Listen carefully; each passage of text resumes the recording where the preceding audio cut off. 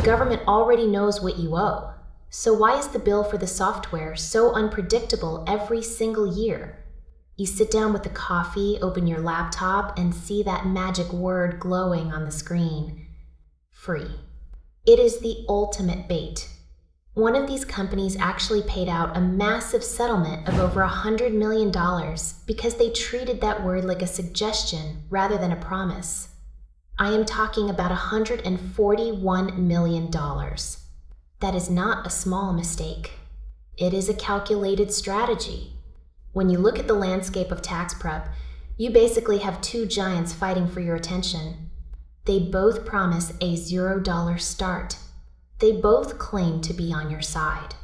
But as soon as you start clicking, the paths diverge in a way that can cost you $100 before you even realize what happened. Let us look at the smaller player first. They are upfront about the sting. They tell you that federal filing might be free, but the state return is going to cost you $40. It is annoying. It feels like a hidden tax on your taxes, but at least they put the price tag right in your face from the jump. You know the cost of the ticket before you board the train. Then you have the industry leader. Their version of free is a very narrow gate.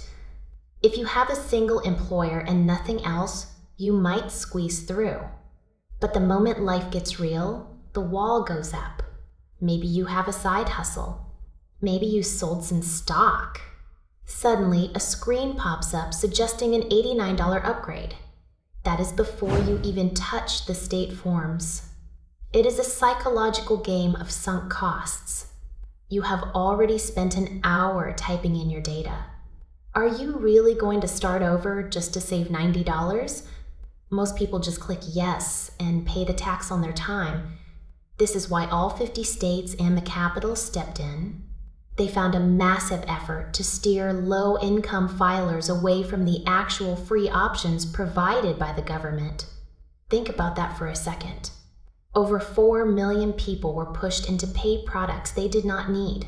The settlement was supposed to be a wake-up call. However, the legal system has a funny way of working. Just recently, a major ruling against these deceptive ads was tossed out. Not because the ads were truthful. No, it was a technicality about which courtroom the case should have been in. The facts of the deception were never actually overturned.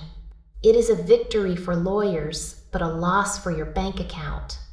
So who actually wins here? If you want honesty, the underdog is the clear choice. Their interface is not as flashy. It feels a bit more like a spreadsheet. But they do not try to trick you into an upgrade 3/4 of the way through the process. The leader only wins if your life is incredibly simple and you need your hand held through every single question. Otherwise, you are just paying a premium for a slicker design.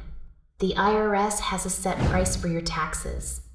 Anything you pay on top of that is for convenience. Just make sure you are not paying for a bait and switch disguised as a helpful prompt. Watch the screens carefully. Do not let a shiny interface distract you from the bottom line. You worked hard for that money. Do not let a software company take a chunk of it just because they used a word they did not intend to keep. Your refund should be the same regardless of the logo on the screen.